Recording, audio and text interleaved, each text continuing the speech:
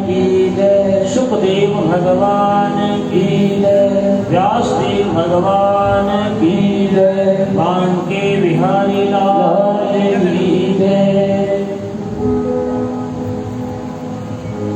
बड़ा ही पावन पवित्र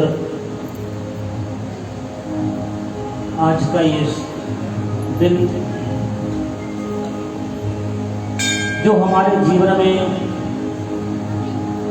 राजा परीक्षित के द्वारा सुना हुआ श्रीमद् भागवत का प्रसंग, जिसको सुखदेव जी ने अपने मुखारविंद से गाया,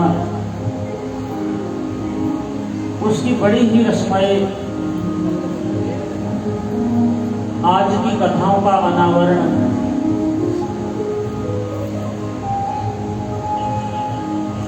बड़े दुर्लभ समय जो मिला, बड़ा दुर्लभ है, बड़ा मुश्किल होता है अपने घर के कामों को छोड़ना, बड़ा मुश्किल होता है परिवार बच्चों को छोड़ करके आना, महाराज की जय हो। संदेशा लाया संग में समय बिताना। हाँ जी, मैं तो वहीं था। लेकिन जो ये सत्संग की घड़ी है, हाँ बोलो।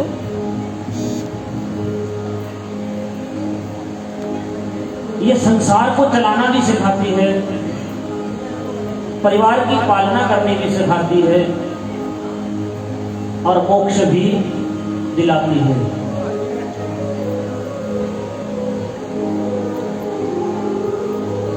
हर रोज आप यहां बैठ करके श्रीमद् भागवत की वंदना करते हो,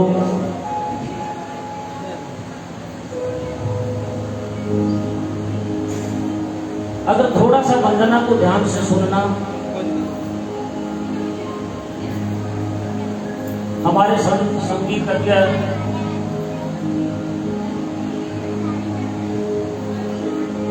बहुत दूर से नहीं है, भूना से, दोनों भाई हैं।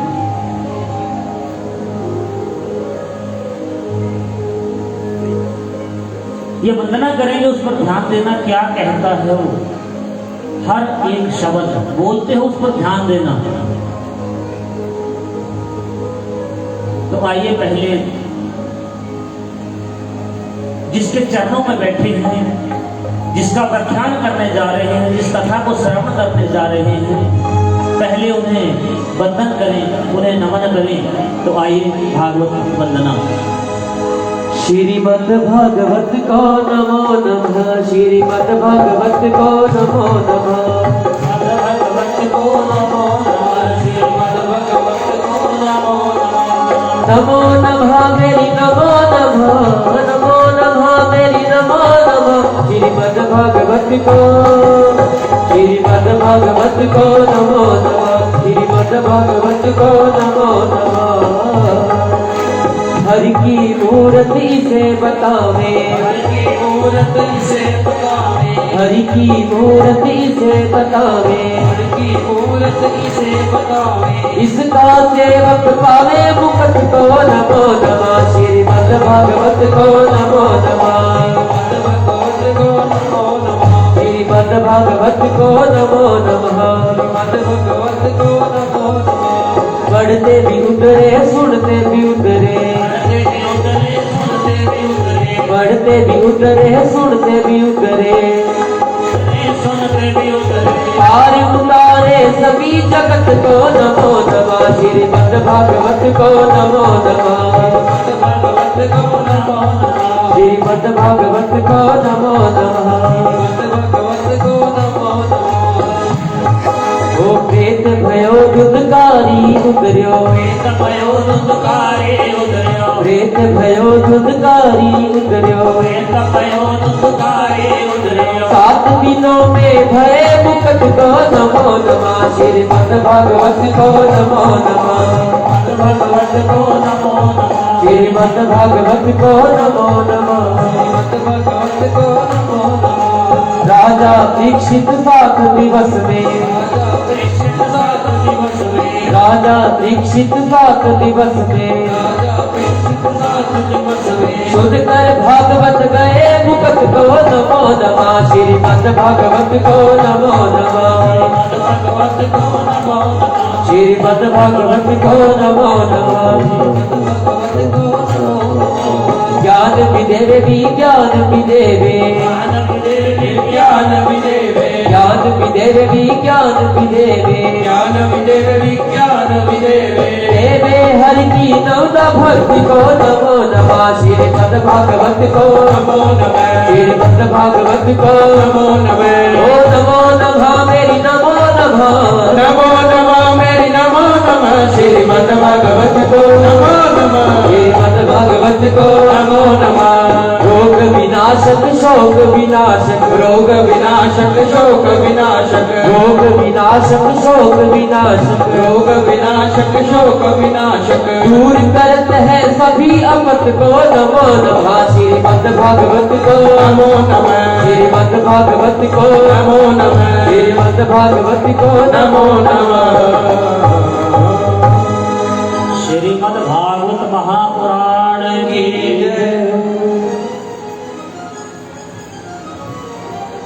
प्रेत का उद्धार हो गया।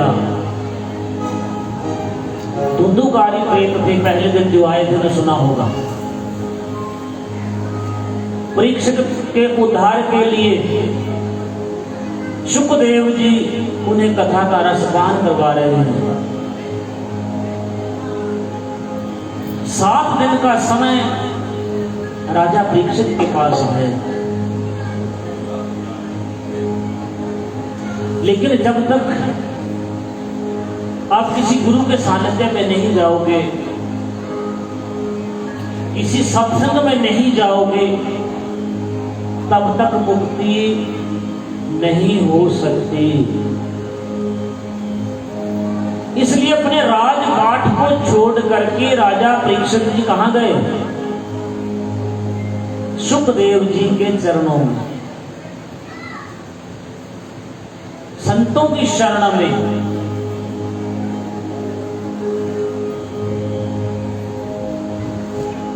और संत शरण में जाकर के उनके वचनों का अनुकरण करने से तन पवित्र होता है,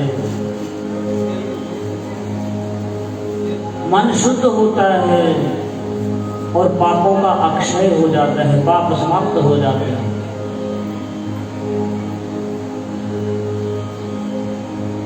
कथा के आरंभ में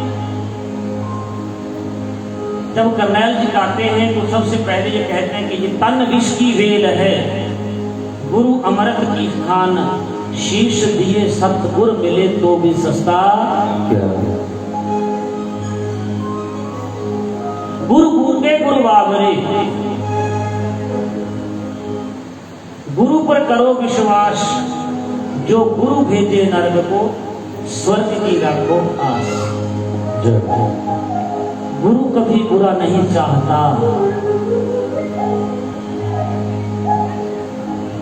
हाँ, उनके दिए हुए मंत्रों का जप अवश्य करो। गुरु कोई शरीर नहीं है, किसी बहन में हो कि गुरु शरीर है। जो ज्ञान है वही गुरु है, जो शब्द आपको मिला वही गुरु है। लगातार आओगे, अंत में 24 गुरुओं के बारे में बताएंगे, वहां आपको पता लगेगा। गुरु बनाने से पहले उस पर आप अपने मन को टिका लीजिए और फिर उस गुरु को अपना सर्वस्व मान करके उनका पूजन करिए, वंदन करिए, उन्हें नमन करिए और दिए हुए मंत्र का मनन करिए। हर रोज उस मंत्र को उच्चारिए।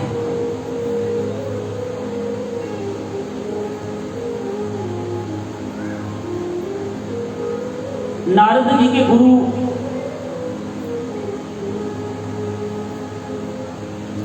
एक मछुआरे थे, मछली पकड़ने वाले। शायद कथा सुनी होगी आपने पहले भी। एक बार नारद जी भगवान विष्णु लोक में गए, विष्णु लोक में चले गए, विष्णु भगवान जी के पास गए। जब वहां पहुंचे तो नमन किया, बैठे और कुछ देर के लिए वार्तालाप हुआ। और जब उठ करके चलने लगे तो माता लक्ष्मी ने कहा, जहां नारद जी बैठे हैं इस जगह को शुद्ध कर दो। जगह शुद्ध कर दो? क्यों? नारद जी के कान में पड़ा, ऐसा मेरा क्या पाप है, मैंने कौन सा पाप किया?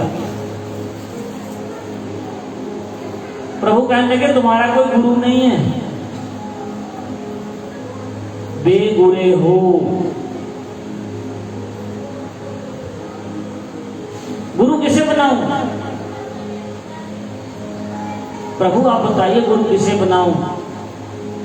कहते हैं जो भी मिल जाए, आज आपको जो मिल जाए उसे गुरु बना लो। अब नारद निकल पड़े। वैकुंठ लोक से जब इस धरा पर आए तो यहां कौन मिला? सबसे पहले मिले मछली पकड़ने वाला का मछुआरा। अब शंका हो गई गुरु पर। भगवान ने कहा गुरु मान लिया जाए, जो पहले मिले उसे गुरु मान लें, पर इसे गुरु कैसे माने? ये तो मछुआरा है, मांस का काम करता है।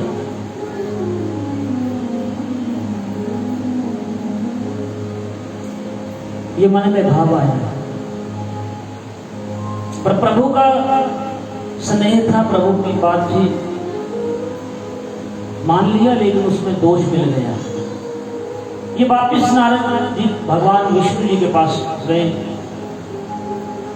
प्रभु, कहा तो मैं धर्मात्मा, कहा मेरा गुरु, आपने एक मछुआरा बना दिया।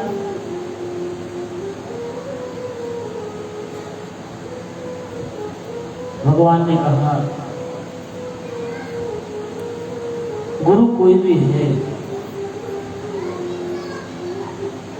उस गुरु की निंदा नहीं करनी चाहिए। अपने गुरु की, अपने माता पिता की। पहला गुरु माता पिता है जगत में, उनकी निंदा नहीं करनी चाहिए। गुरु गूंगे गुरु बाबरे, तो माता और पिता पहले गुरु हैं जगत में हमारे, उनका आदर करना चाहिए। जिस घर में माता पिता का आदर नहीं होता, वहां संत का आदर नहीं हो सकता, वहां गुरु का आदर नहीं हो सकता। तो कहते हैं जा घर संत न सेविए, हर की पूजा नाही, ते घर मरकट समान है, भूत बसे तन मन। उस घर में कभी भला नहीं हो सकता जहां माता पिता का आदर ना होता हो। भगवान ने कह दिया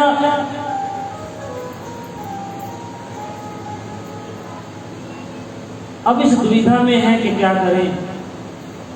प्रभु ने कहा जाकर के गुरु से मिलो। नारद जी फिर चले, अपने गुरु के पास आए, मुझे ज्ञान दीजिए, मैं भक्ति चाहता हूं। मछुआरे ने कहा मैं तो पढ़ा लिखा नहीं हूं, आप ज्ञानी हो, मैं आपको ज्ञान कैसे दे सकता हूं। एक काम करो, आप भगवान नारायण का सुमिरन करो, उनका जप करो, उन्हीं के सानिध्य में रहो, पर जो चाहते हो उन्हीं से पालो। गुरु की आज्ञा मान करके नारद जी भगवान का उसी दिन से जप करते हैं, एक ही पाठ करते हैं। कल पाठ दिया था, है जी, श्रीमन नारायण श्रीमन नारायण नारायण नारायण श्रीमन नारायण नारायण नारायण हरिमन नारायण नारायण नारायण हरिमन नारायण नारायण नारायण भजमन नारायण नारायण नारायण भजमन नारायण नारायण नारायण। इन्हीं नारायण का दूसरा मंत्र दिया था, याद है? नहीं? ओम नमो भगवते वासुदेवाय। अच्छा, कौन कौन जप के आया आज? जय हो, जय जय। एक ध्यान रखना, इसे 4 दिन नहीं, जितने दिन जिंदगी उतने दिन जपना। मतलब ये मत सोचना कि बाबा गुरदयाल जी के मंदिर में सत्संग हो गया, सप्ताह हो गया तो बस बंद कर दो। हाँ जी, जपोगे ना, जपना, क्योंकि जप करोगे तो पुण्य मिलेगा। और दूसरी बात, अगर जप करोगे तो हवन करना पड़ेगा। करोगे? 5 दिन जप कर देना और यहाँ हवन भी करना है। और फिर हवन में सामग्री लगनी है, हवन में सामग्री लगनी है। कौन लाएगा? आप ही अपने हैं जी, मैं लाऊंगा आपको, तो मैं ला दूंगा, और आप लाओगे आप लेना, इच्छा आपकी। लेकिन 5 दिन जो जप करोगे उसका एक बार हवन जरूर कर लेना। व्रत रखते हो, जो भी व्रत रखते हो उसका उद्यापन करते हैं ना। उद्यापन के बिना व्रत पूर्ण नहीं होता। उद्यापन जरूरी है एक बार, उसके बाद व्रत रखते रहो, कोई दोष नहीं, दोबारा उद्यापन की जरूरत नहीं। लेकिन एक बार उद्यापन जरूर कर देना चाहिए। तो जप कीजिए, खुल के कीजिए जितना होता है। हवन सामग्री आप ले आओगे ठीक है, नहीं मैंने ले आके रखी है। तिल, चावल, जौ, शक्कर, घी, मेरे ख्याल में तो ऐसा कोई है नहीं जिसके घर होता नहीं तो हवन सबके हुआ होगा। लेकिन दूसरी बात और ध्यान रखना, दान की वस्तु शुद्ध होनी चाहिए, थोड़ी हो पर शुद्ध हो। जैसे आप भोजन करते हो और भोजन में एक भी कंकर अगर खाते खाते आ जाए तो भोजन का स्वाद खत्म हो जाता है। इसलिए जो भी सामान थोड़ा थोड़ा लाओगे उसे धो साफ करके शुद्ध करके यहाँ लाना। अच्छा, कसा में आते हो, नहा के आते होंगे, वस्त्र बदल के आते होंगे, क्यों? बस शुद्धता, शुचि। जब तक तन की शुद्धि नहीं होगी मन शुद्ध नहीं हो सकता।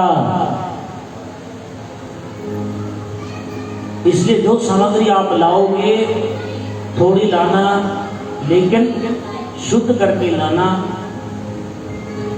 तिल, चावल, जौ धो सकते हैं, शक्कर मत धो देना कहीं। तिल चावल जो धो लेना, साफ भी हो सकते हैं। अगर बिना धोए भी लाओगे तो भी चलेगा, लेकिन शुद्ध हो, साफ हो, छांट देना। हवन करेंगे बैठ करके सब, क्योंकि ये यज्ञ जो हम कर रहे हैं, हर रोज कुछ ना कुछ मिलता है मुझे यहाँ सुनने को, कुछ ना कुछ पता लगता है कि क्या हो रहा है। हमारे जिस आश्रम में आप बैठे हो, इस मंदिर को बाबा गुरदयाल जी का मंदिर कहते हैं, ऊपर लगा हुआ। और इन बाबा जी का जो बड़े बुजुर्ग यहाँ बैठे होंगे, उनको पता है कि संस्कार हुआ था। हमारे गुरु जी स्वामी पुष्पेंद्र स्वरूप जी होशियारपुर वाले एक बार यहाँ इस मंदिर में आए थे, और उन्होंने जो उस समय उनके साथ थे उनको पता होगा, उन्होंने यहाँ आकर के पूछा था क्या इन संतों को बहाया गया है या दफनाया गया है या संस्कार किया गया है। तब लोगों ने बताया कि इनका संस्कार किया गया था। ये ध्यान देना, जिसका संस्कार होता है उसका श्राद्ध होना बहुत जरूरी होता है।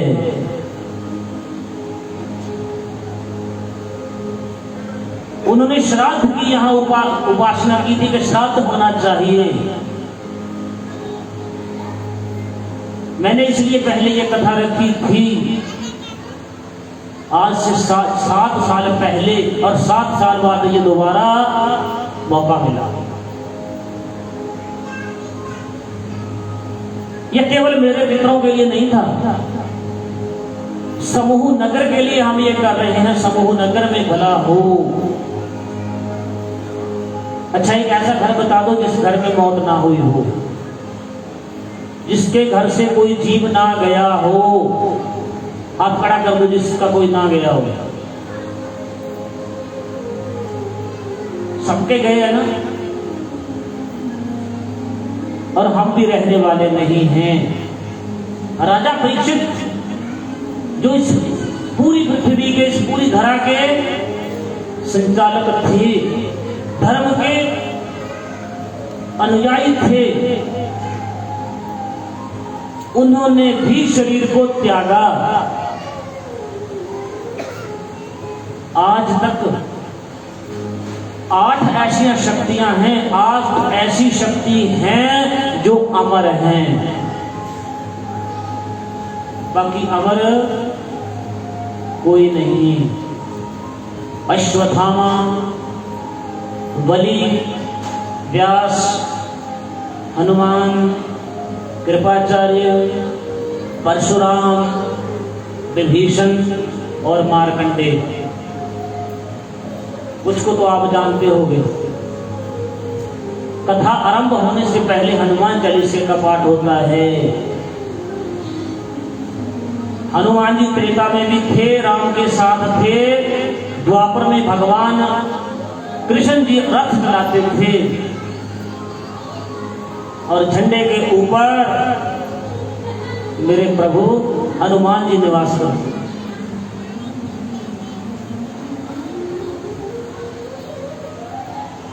सीखना तो भगवान से सीखिए, कथाओं से सीखिए।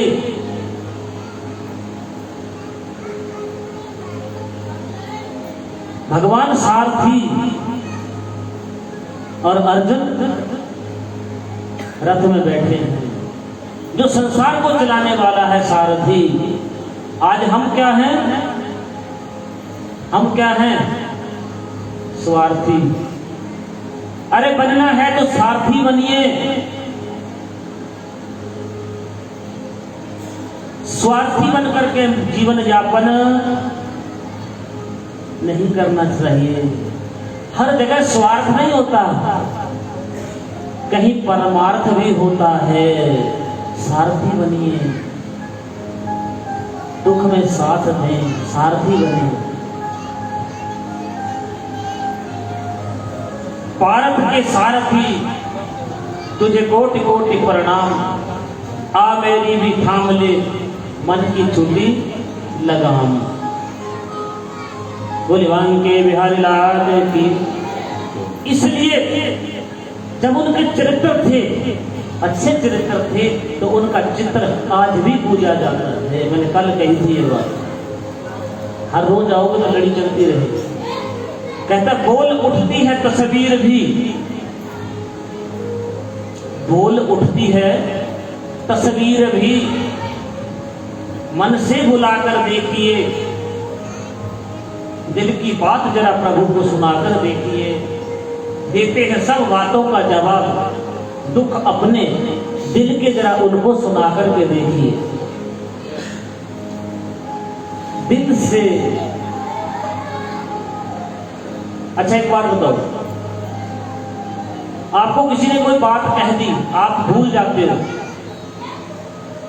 अब वो आदमी दोबारा पूछता है तो आप क्या कहते हैं? भूल गया। क्या कहते हैं? भूल गया। या दूसरा क्या शब्द कहते हो? दिमाग से निकल गया। ये बात बताना, कोई ये कहता है कि दिल से निकल गया? दिल के दर्द कभी खत्म नहीं होते, दिल में बसा हुआ दिल से बाहर नहीं जाता। इसलिए मैंने पहले भी शायद कहा था इस कथा में कि संसार में बात करने के लिए फोन की जरूरत होती है, और कथा में आने के लिए, सत्संग में आकर के उस कथा का पान करने के लिए मौन की जरूरत होती है। फोन से बात करने के लिए बिल देना पड़ता है, और भगवान से बात करने के लिए दिल देना पड़ता है।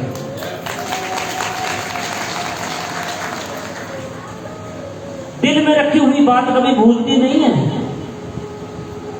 दिल पर लगी चोट कभी भूलती नहीं है।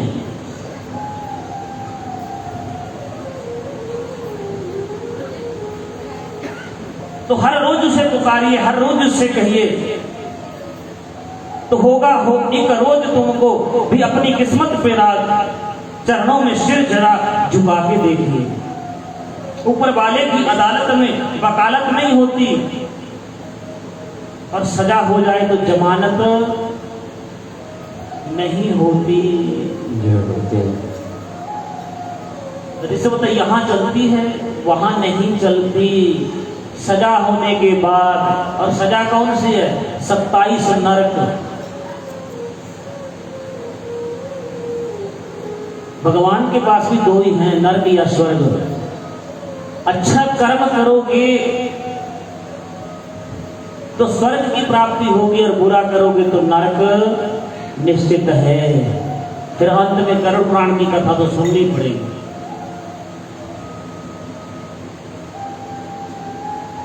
या तो श्रीमद् भागवत पुराण सुन लो, नहीं तो बाद में गरुड़ पुराण तो सुनना ही मजबूरी है।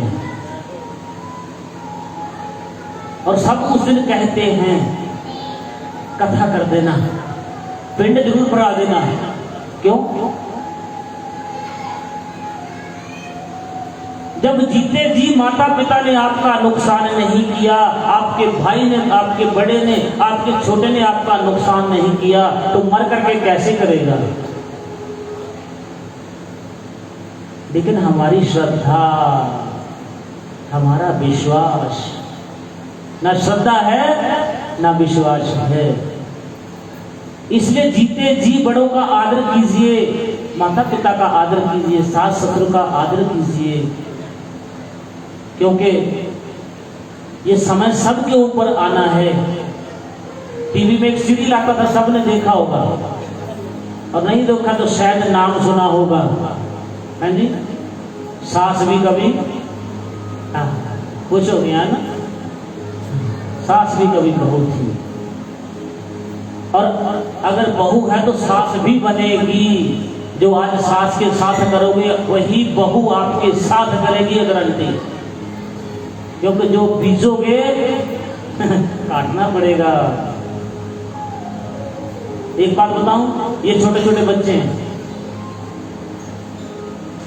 इनको लाड करो 5 साल तक, दुलार करो, प्यार करो, और 5 साल के बाद इनकी छटाई करनी शुरू कर दो। कम से कम 12 साल तक। ये सुधर जाएंगे, नस्लें खराब नहीं होगी, सुधार होगा। इन्हें ज्ञान दीजिए, अन्यथा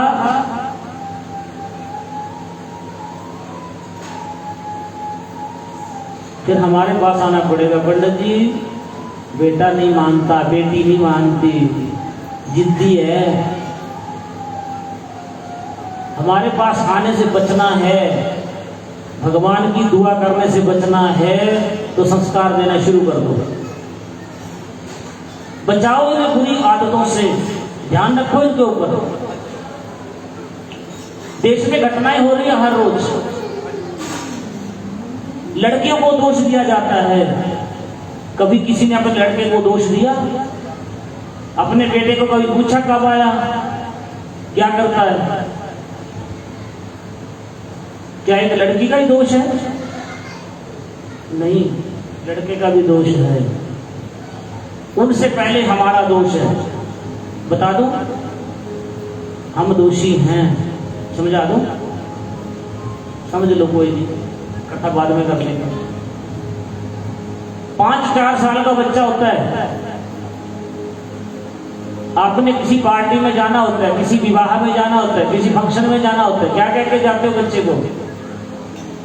बेटा तू घर रह, मैं थोड़ी देर से आया, थोड़ी देर चाहिए। और सारा दिन आपका बाजार में लगता है, लड़का बेटा बेटी घर में अकेले होते हैं। क्या सिखाया आपने?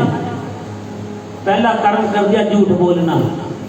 उसको ये नहीं बताया कि हम शाम को लौट के आएंगे ना, असि देख घंटे जा जाना, असि आए होने। बताना ये सच है या झूठ है? क्यों जी, सच है कि झूठ है? सच है ना। तो फिर बच्चा जब 15 साल से ऊपर होता है तो वो क्या कहता है कॉलेज में जाते वक्त? डैडी थोड़ी देर से मैं आया, मम्मी मैं थोड़ी देर में आया। किसने सिखाया?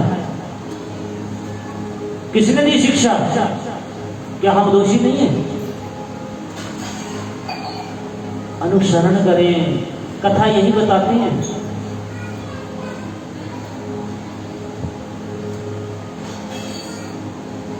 काम करो ऐसा कि पहचान हो जाए, कदम चलो ऐसा कि निशान बन जाए। कर्म ऐसा हो जाए, उसके लिए सत्संगों की व्याख्या की गई, सत्संगों का वर्णन किया गया। कल का जो कथा प्रसंग था, कहां थे जी हम कल? मैं तो भूल गया। कल कौन सी कथा सुनी थी आपने? लास्ट में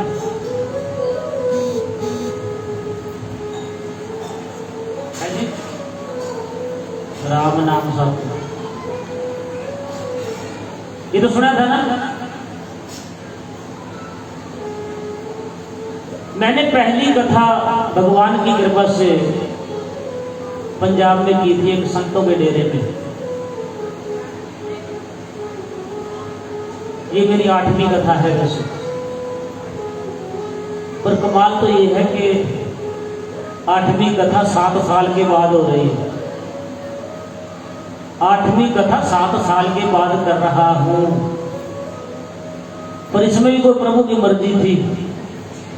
भगवान का अवतरण होगा कल, वहां तक आज पहुंचना, कथा लंबी है। लेकिन भगवान श्री कृष्ण जी से पहले 7 शक्तियां आई थी। 6 को कंस ने मार दिया था, 7वें बलराम जी को भेज दिया था, और 8वें रूप में आप आए थे। मेरी कथा भी 7 गीत में टूट गई, 8वें में बैठा हूं।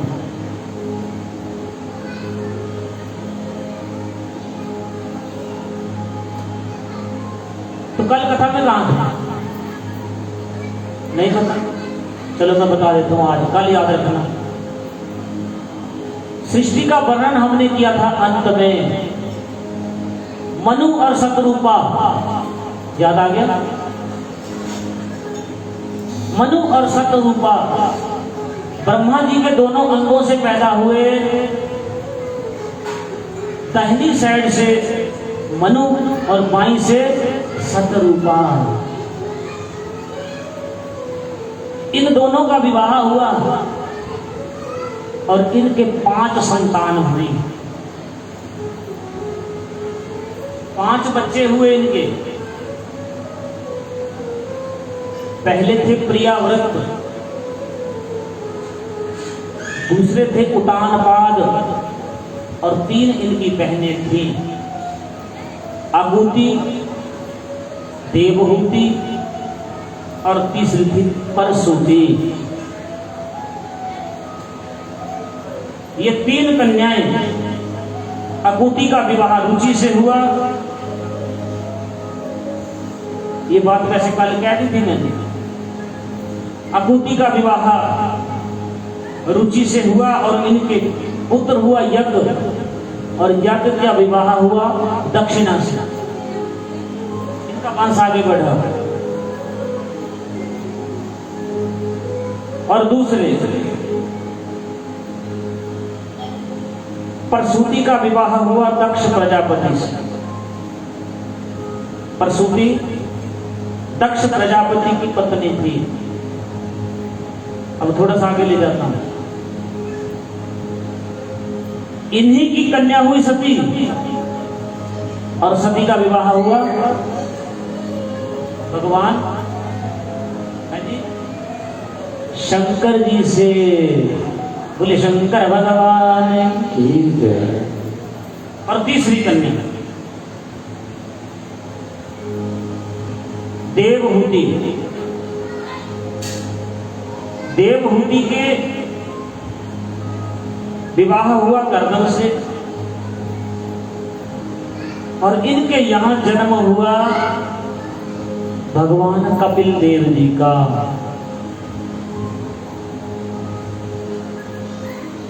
कर्दम जी को बड़ी तपस्या करनी पड़ी।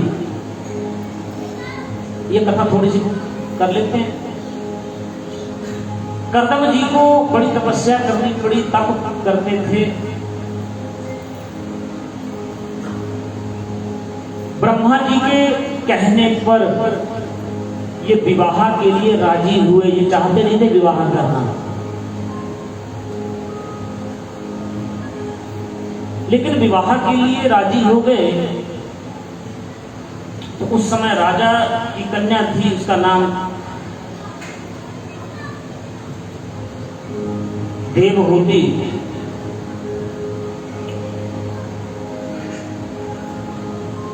इन्हें लेकर के मनु जो है आश्रम में आए, कन्या को साथ लिया।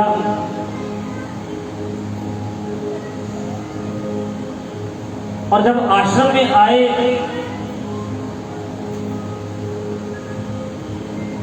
तो कर्दम जी ने आसन दिया बैठने के लिए।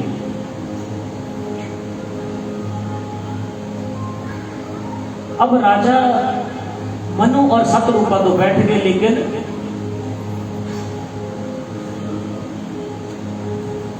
देवहूति ना बैठी।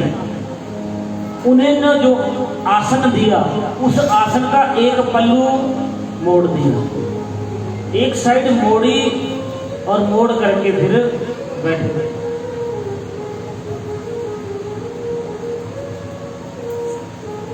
क्योंकि खुशील थी, ज्ञान था कि माता पिता के सामने पति के बराबर नहीं बैठते।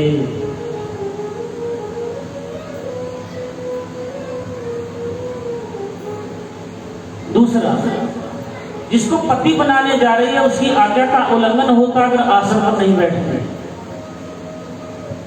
दोनों चीजें रख ली, माता पिता का भी आदर रख लिया, पति का भी आदर रख लिया। अब मनु महाराज ने याचना की अपनी पुत्री का विवाह आपके साथ हो। ऋषि कर्दम ने कहा हाँ विवाह में कर लूंगा, पर एक शर्त है। आज विवाह होगा ना तो कहते हैं 7 शर्तें हैं। विवाह में शर्तें नहीं होती। शर्त होती है विवाह से पहले। हम विवाह करवाते तो कहते शर्त का नहीं कीतियां, शर्तों का पंडित जी ने कीतियां ही नहीं। अरे शर्त नहीं होती, शर्त होती है जब तक आप काम नहीं करते हो, जब तक आपने काम शुरू नहीं किया। कोई भी दो व्यक्तियों ने काम करना है, चार व्यक्ति इकट्ठे होकर के काम कर रहे हैं कोई, तो उसमें शर्त रखी जाती है मेरा हिस्सा 25 पैसे, तेरा हिस्सा 50 पैसे, तीसरे का हिस्सा 10 पैसे। जब काम हो गया फिर हिस्सा किसी का नहीं, फिर तो लड़ाई है। शर्तें नहीं है, वहां लिखा है सप्तपदी, 7 कदम। पर क्या करेंगे, टीवी सीरियल वालों ने बेड़ा गर्क कर दिया। अनाप शनाप ये भेज देते हैं और जवाब हमें देना पड़ता है।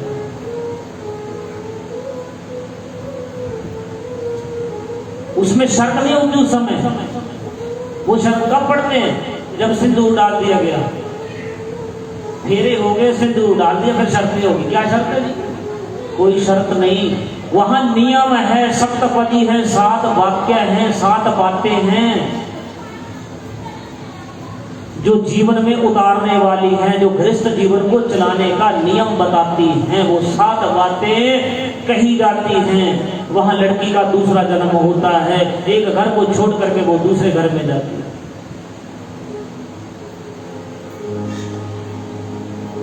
और समझाया जाता है कि माता पिता तेरे आज से ये हैं, और फिर ससुराल में आकर के माता पिता बुरे क्यों हो जाते हैं?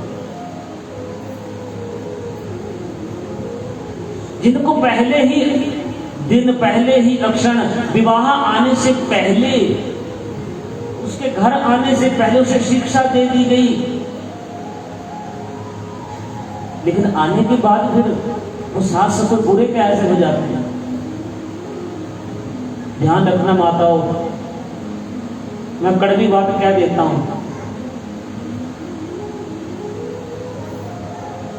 अपनी लड़की का अगर घर बसाना है तो उसमें मां को चाहिए अपना दिमाग वहां ना लगाए।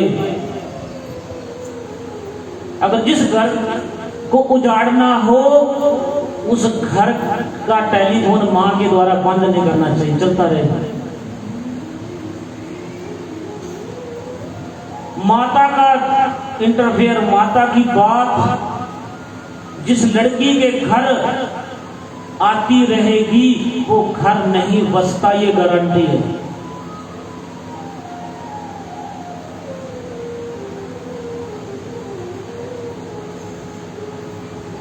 मैं हर घर में जाता हूं, बाहर भी जाता हूं, भगवान की कृपा है, देख रहा हूं, मेरा भी अनुभव है। लेकिन शास्त्र भी यही कहता है, लड़की के घर बसाने के लिए लड़की को मां को चाहिए, बेटा तेरे को दुख है हम साथ देंगे, बेटा तेरे धन की कमी है हम साथ देंगे।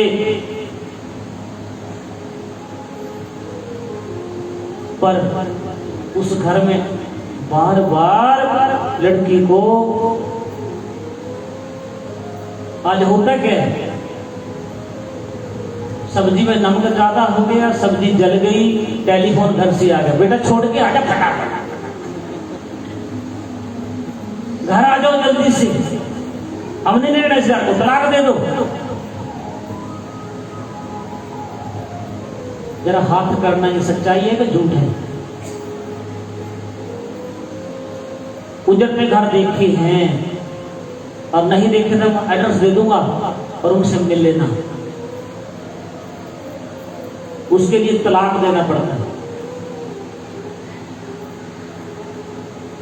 कमाल देखो, ब्राह्मण आता है ना फेरे कराने के लिए, विवाह पढ़ने के लिए, तो पैदल आएगा बेचारा, हो सकता है साइकिल हो जाए, मोटरसाइकिल ले ले, और गाड़ी अगर हो जाए तो बड़ी दिक्कत है। ब्राह्मण के पास गाड़ी आ गई, ये बसाने के लिए जाता है, वो पैदल जाएगा, बस से जाएगा, गाड़ी से जाएगा, किसी के साथ बैठ करके जाएगा और क्या करेगा, जाकर के मंगल गान करेगा, भला करेगा, ये घर बसे, ये जोड़ी दीर्घायु हो।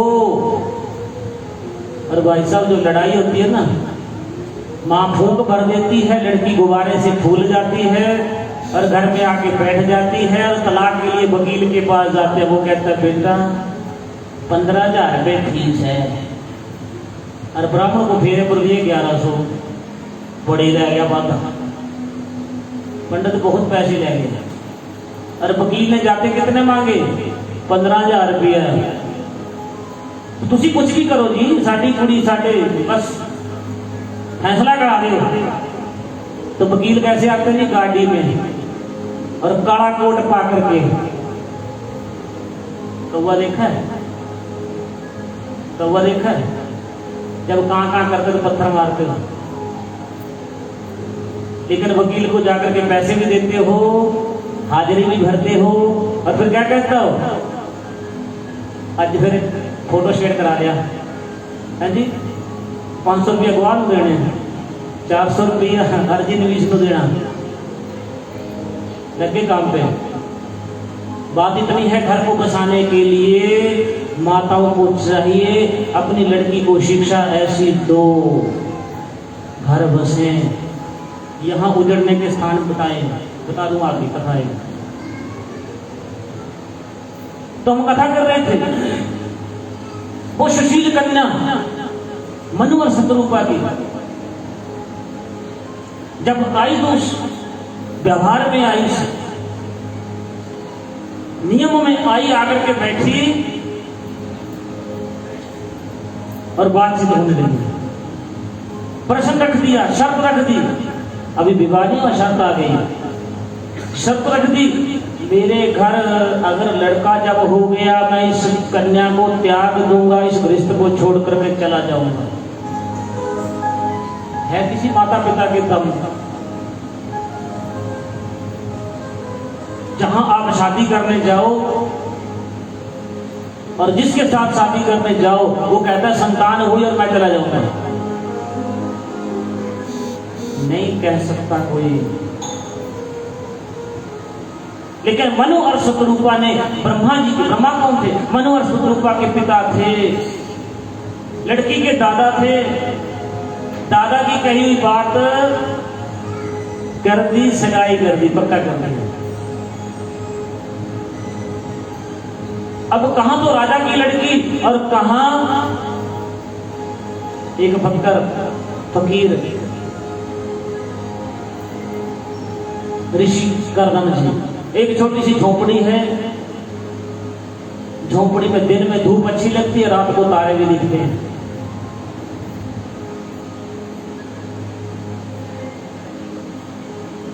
अब ऋषि ने तो अपनी समाधि लगा ली और समाधि लगा करके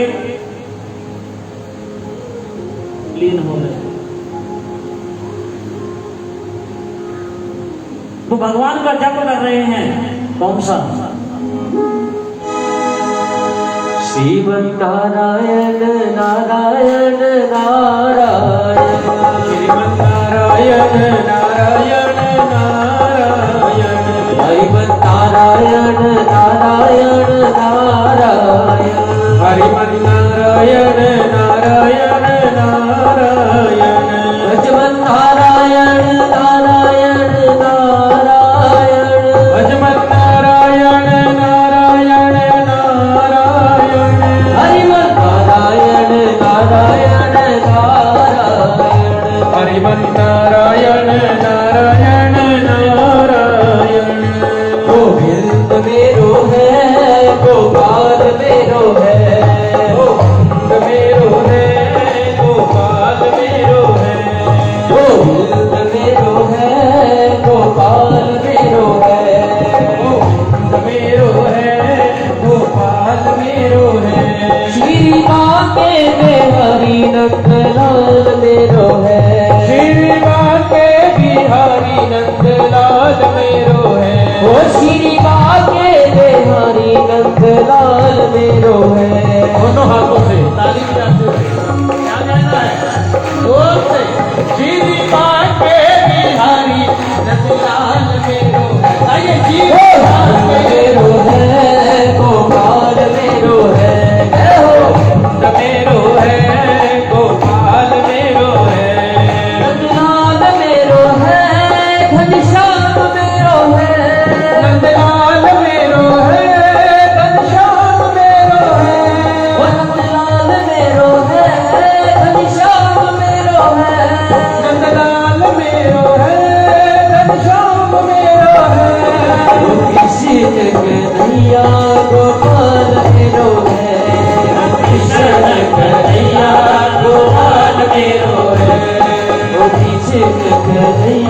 गोपाल लीलो है। बोले वांके बिहारी लाल की। सुखदेव महाराज अब वहां भक्ति हो रही है और 24 वर्ष तक समाधि लग गई। 24 वर्ष तक देवहूति कर्दम ऋषि की सेवा करती रही। जो मिला वो खा लिया, नहीं मिला तो व्रत किया। और आज वाली लड़की तो एक दिन अगर जाती है, भोजन नहीं मिलता तो शाम को घर अटैची लेके वापस आ जाएगी। भूखे नंगे दे तौर पर है ही नहीं रुक। 24 वर्ष भगवान ने कर्दम जी ने समाधि डाली और देवहूति उनकी सेवा में लगी हुई है।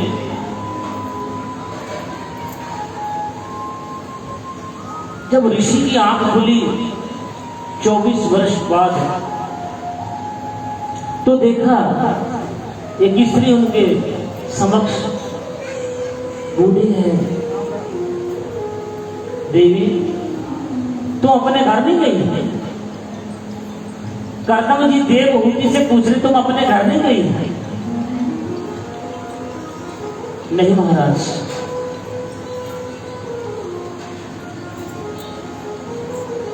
मेरे पिता ने, मेरी माता ने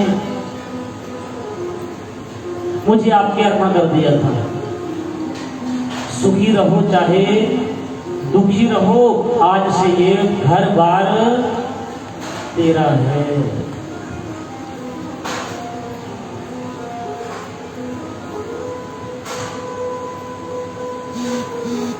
अब कर्दम जी को लगा कि ये बड़ा गलत हुआ, ये अच्छा नहीं।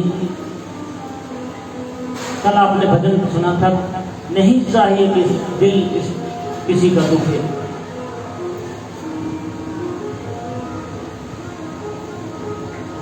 तो कर्दम जी ने अपनी भक्ति से जो भक्ति की थी, उस भक्ति से एक कामद विमान तैयार किया।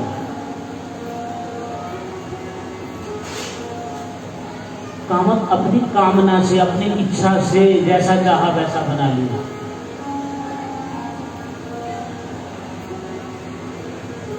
और देवी को कहा जाओ, ये सरोवर है, सरोवर में स्नान करो। उस सरोवर का नाम है बिंदुसर सरोवर, खनौरी के पास है, ज्यादा दूर नहीं, कभी देखा नहीं। सरोवर में स्नान किया, देह कंचन हो गई, युवा हो गई, वृद्ध अवस्था डल गई। मैंने कल बताया था अगर अमर होना है तो अमर कथा की जरूरत है। और अमर कथा में एक ही मंत्र है, ओम नमो भगवते। जितना जपोगे उतने अमर हो जाओगे।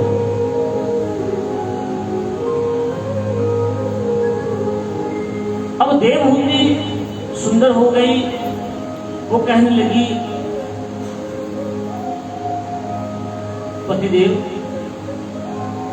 आपने मेरे शरीर को सुंदर कर दिया, ये विमान मंगवा दिया, अब इसका क्या करूं? कर्दम देव जी ने भी अपने शरीर को बदला, युवा अवस्था में आए और कामद विमान पर बैठ करके उन्होंने विचरण किया।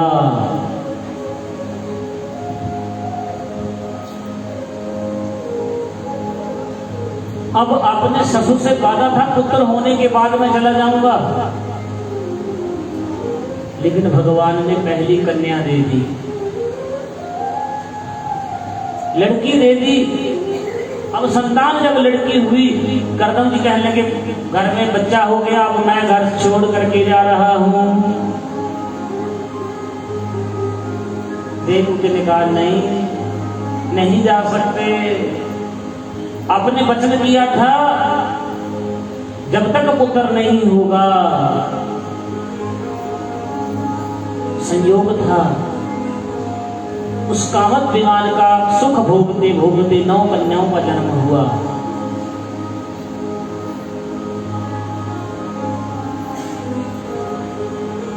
और 10वीं संतान जो है वो कपिल भगवान जी गर्भ में आए थे, क्योंकि ब्रह्मा का वरदान था संसार में भार बहुत है, उस भार का उद्धार करने के लिए नारायण को आना पड़ेगा। आज नारायण जी देवहूति के गर्भ में हैं, उन्होंने अब गर्भ की बड़ी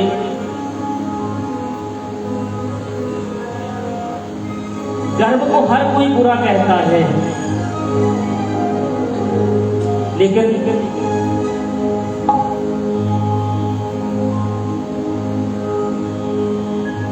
जितनी भक्ति गर्भ में होती है उतनी बाहर नहीं होती। दूसरा, जितना भगवान का नाम सच्चे दिल से लिया जाता है शमशान भूमि में, उससे ज्यादा नहीं लिया जाता। वहां एक बार सच्चे दिल से आदमी मानता है कि मैंने भी यहां आना है। भगवान ने सिद्ध कर दिया गर्भ में भक्ति होती है। आइए इस भजन से। गर्भ में दुखिया जीव नादान, तुझको याद करे भगवान।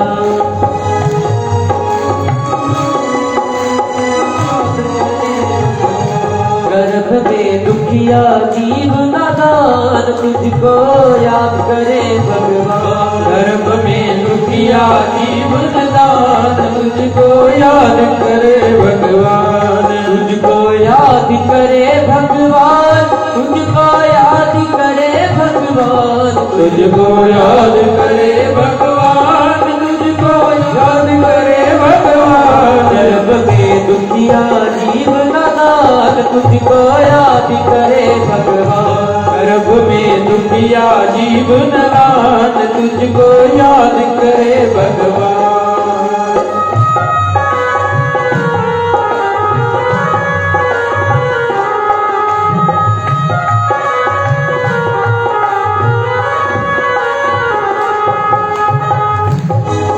तेरा धूप न चानन चमके, बालक तोरी वाकू लमके। तेरा धूप न चांदन चमके, बालक तोरी वांगू लमके। गुच्छा गुच्छा गेंद समान, तुझको याद करे भगवान। गर्भ में दुखिया जीव नादान, तुझको याद करे भगवान। गर्भ में दुखिया जीव नादान, तुझको याद करे भगवान। गर्भ में दुखिया जीव नादान, तुझको याद करे भगवान। ये है गर्भ कोठड़ी गलती, हिलने चलने दी पाबंदी।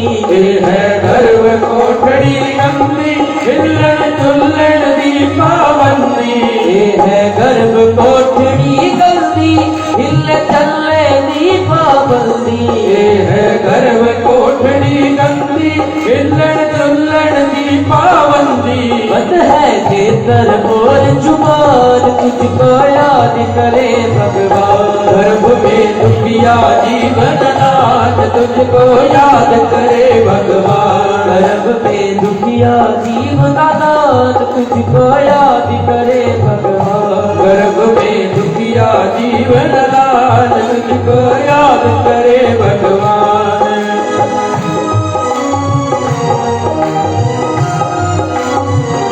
प्रभु जी हालत अपनी दस दे, माते मलमूत्र विच बस दे। प्रभु जी हालत अपनी दस दे, माते मलमूत्र विच बस दे। प्रभु जी हालत अपनी दस दे, माते मलमूत्र विच बस दे। प्रभु जी हालत अपनी दस दे, माते मलमूत्र विच बस दे। दुखिया जीवन कर कल्याण, तुझको याद करे भगवान। गर्भ में दुखिया जीव नादान, तुझको याद करे भगवान। गर्भ में दुखिया जीवन नदान तुझको याद करे भगवान। गर्भ में दुखिया जीव नदान तुझको याद करे भगवान। तुझको मन में हर दम ध्याऊं तेरा ध्यान न कभी भुलाऊं। तुझको हर दिन मन में ध्याऊं तेरा ध्यान न दिल से भुलाऊं।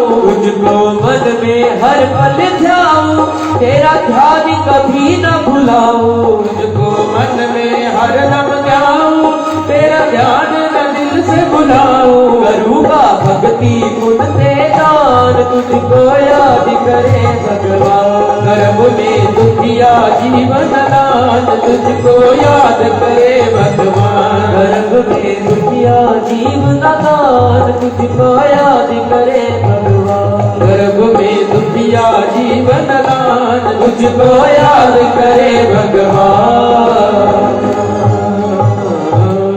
भगवान के बिहारी लाल की जय हो। या तो शमशान में या गर्भ में। और तीसरा स्थान बता दूं, दुख में। हाँ जी? दुख में भगवान को जीव याद करता है।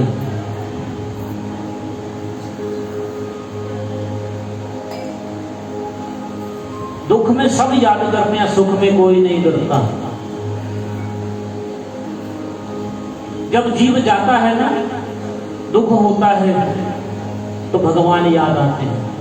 शरीर में कोई कष्ट होता है तो भगवान याद आते हैं। लेकिन हाथ खड़ा करना जो विवाह में भगवान को याद करता है। हाँ जी? अगर विवाह घर में हो कोई भगवान को याद करता है? हाँ जी? उसी ठेकेदारी होती है, याद करेंगे पंडित जी। जो मजबूरी है पंडित जी की, बच्चे पालने में नहीं कड़ी टाइम ना करा दे काम, फिर मेहंदी मिलवाड़ी बड़ा छिदी आ गया।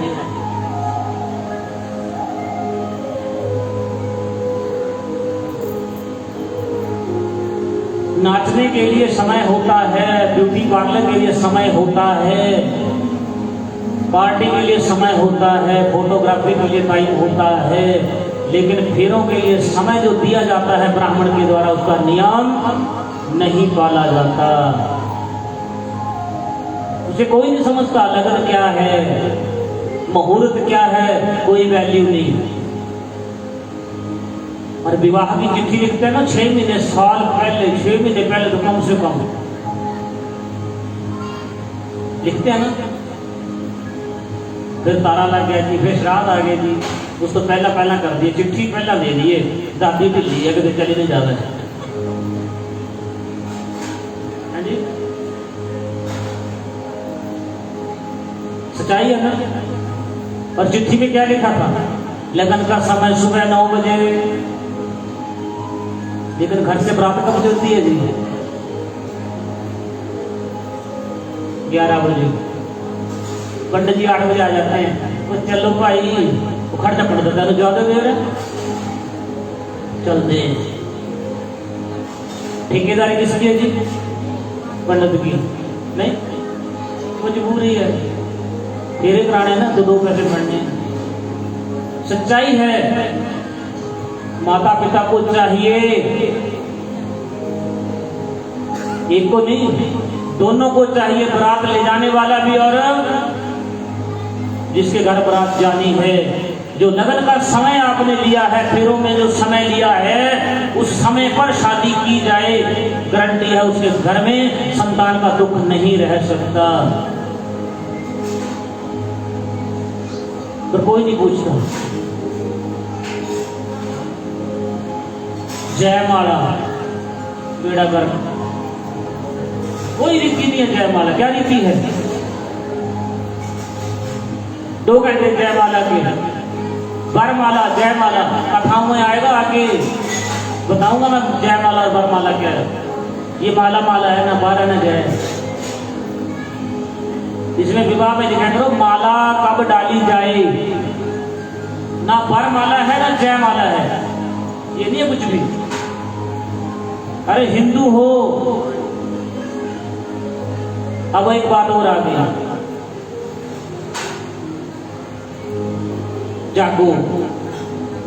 क्यों? इससे पहले सोए थे?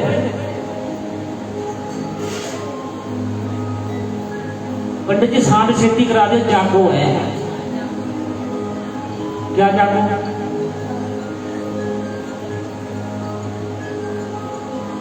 कुछ नहीं। एक आजकल और आ गया, पहले मामा चूड़ी पहनाता था, चूड़ा आता था, चूड़ा। अब बटने से पहले, शाम सबूत से पहले ब्यूटी पार्लर वाली हरी चूड़ियां ला करके बनाने लग गई है। नमा आ गया।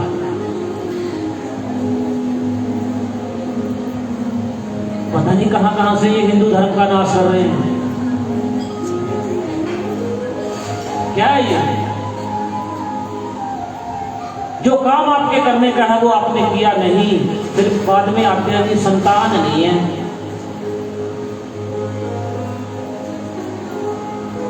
मैंने शुरू में कहा था, जब कोई भी हवन का सामान लाओ, किसी यज्ञ में कोई सामान दो, कहीं कोई चीज ला करके दो, वो साफ होनी चाहिए, शुद्ध होनी चाहिए।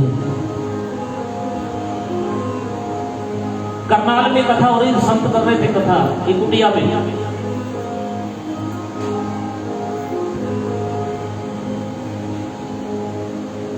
हर जगह रिवाज होता है, भगवान का फल डाल दो जी, क्योंकि कथा के पहले दिन भी ये है, जहां संतान ने उसे फल डाल दिया जाता है। भगवान की मर्जी है, जिसको वो चाहे वो फल फलता है। अगर किसी के भाग्य में है ही नहीं तो फलेगा कहां से? अगर थोड़ी बहुत कोई दिक्कत रहती है तो वो हो जाता है। हर एक समस्या का समाधान होता है, पर जहां भगवान का नाम होता है। अकेला फल खाने से नहीं, भगवान का नाम भी लेना पड़ेगा, तब फल फल देता है। ये पहली कथा में आया था, जो पहले दिन आए थे। फल दिया था संत ने, खाया नहीं, गौ को दिया, गौ कर्म हो गए। फल देता है, फल जाता नहीं, कुछ ना कुछ मिलता है।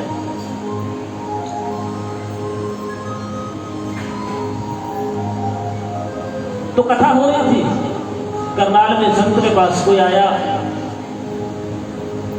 तो वे फल संत कहां से दें? अब मेरे को कोई कहीं यहाँ फल देना तो कहां से दूंगा? आप क्या हो, मैं दे दूंगा। आप हवन का सामान लाओगे, हवन करवा दूंगा। भंडारे का सामान लाओगे, भंडारा कर दूंगा। सामान भी आपका, लाना भी आपने, और बनाना भी आपने, खवाना भी, खुआओगे भी आप। मैं कथा सुना दूंगा बस। भंडारा भी आपने करना, हवन भी आपने करना, सामान भी आपका ही। संत ने कह दिया फल लेके आना, फल डाल देना। अब माई को फल तो कोई मिला नहीं, केले मिले। हो सकता है गर्मी होगी, और फल ला करके बांध करके रख दिए, और सुबह ज्यों के त्यों चढ़ा दिया। अब उन्होंने भी अपना लिफाफा खोला, जो साफ देखा उसको दे दिया। भगवान की कृपा हुई, उनके घर संतान हो गई। प्रभु की इच्छा जिसे देना, पता नहीं कहां से क्या दे दे। जैसे मेरे को समय मिला यहाँ 7 वर्ष बाद, इसी प्रकार संत जी को भी कभी समय मिला, दोबारा उसी कुटिया वाले ने फिर बुला लिया। तो बच्चा 5-6 साल का था, घूमने लग रहा था। कथा हुई, बच्चे को लेकर के माता आई और आके संत से कहा, महाराज आपकी बड़ी कृपा, आपने बहू को फल दिया था, बेटा पाया, पर एक समस्या है, एक दुख है। क्या? कहो माता, क्या दुख है? इसके ना मुंह से लार टपकती है जी, मुंह से लार टपकती है। अब संत को ध्यान आ गया, कई कुछ चीजें जो कहता हूं ना दिल में है वो याद रह जाती हैं। संत को याद आ गई, वो कहते हैं बेटा जो आप फल लाए थे वो कैसे थे? बाबा जी थोड़े से पक्के थे। फिर बेटा जैसा पके फल थे और वैसा आपको फल भगवान ने दे दिया। जो आपने भगवान को अर्पण किया भगवान वही पलट करके आप दे देते हैं, वो रखते नहीं किसी को। इसलिए थोड़ा पर शुद्ध। मैंने बताया था मंदिर में जाते हो हर किसी देवता के मुंह पर मत थोपो। शीशे के अंदर मूर्ति बंद है, उसे हटा करके शीशा उठा करके उसके अंदर भी तसल्ली करवा देते हैं।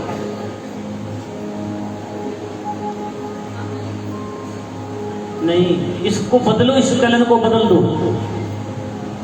जहां जाते हो लिफाफा रख दो, जो चीज लाए हो ढक्कन खोल दो और भगवान को अर्पण कर दो और मन में ध्यान करो भगवान इसका भोग लगा रहे हैं, बस।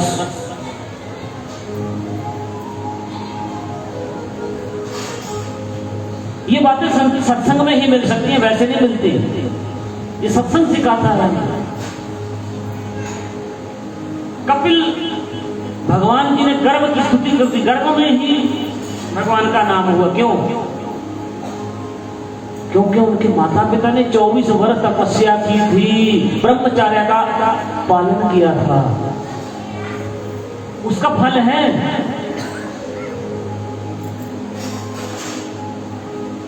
समय आने पर कपिल देव जी ने अपना अवतरण कर लिया।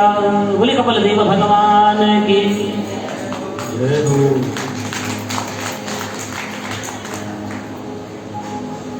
कपिल देव जी का अवतरण हो गया। अब कर्दम ऋषि वहां से चल पड़े,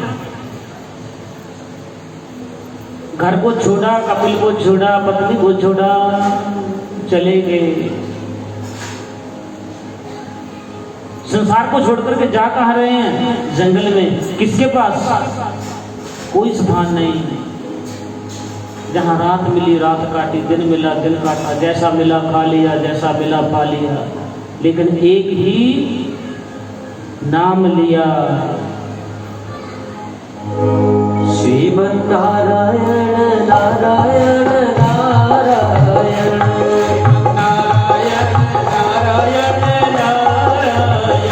श्रीमन्नारायण नारायण नारायण श्रीमन्नारायण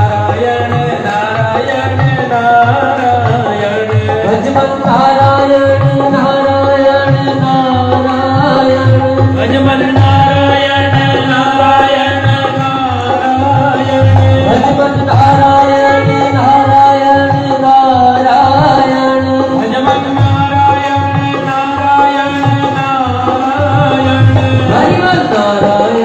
नारायण नारायण नारायण हरिमन्नारायण नारायण नारायण।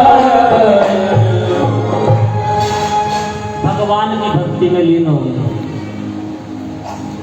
अब पिता का कमाया हुआ धन किसे मिला? बेटे को। जैसी कमाई की होगी, जैसे वो धन आया होगा, बेटा वैसा ही बर्ताव करेगा, उस धन का उपयोग वैसा ही होगा। यहां राम नाम का धन था, तो अंश रूपी भगवान जी ने अपनी माता को उपदेश दिया। माता ने बेटे को गुरु बना लिया। अच्छा ये बताओ, धन वाला व्यक्ति बड़ा होता है? जिसके पास धन ज्यादा है वो बड़ा है? हाँ जी? पैसे वाला बड़ा है? बता दो। पैसे से गाड़ी आ सकती है, सुख नहीं। पैसे से बिस्तर आ सकता है, नींद नहीं। पैसे से भोजन आ सकता है, भूख नहीं।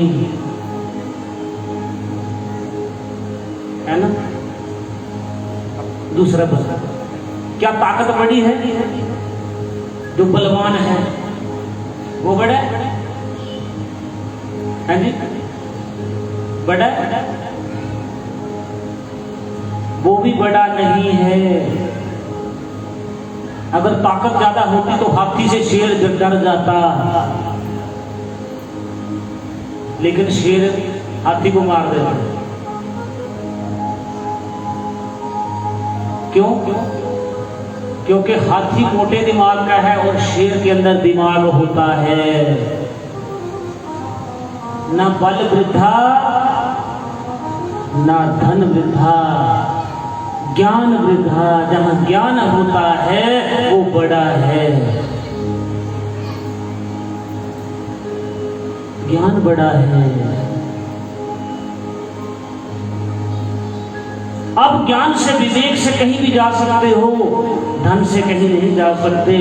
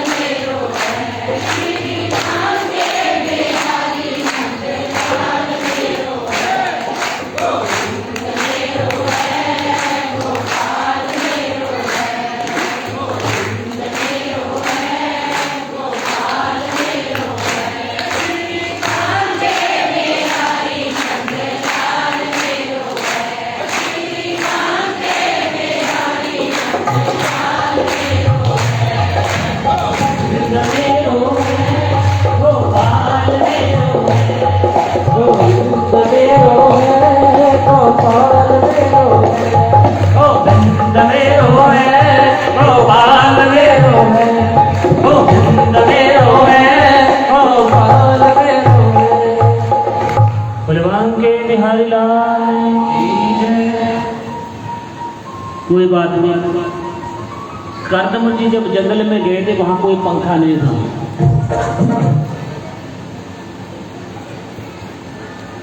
वहां कोई पंखा नहीं था, कोई बात नहीं।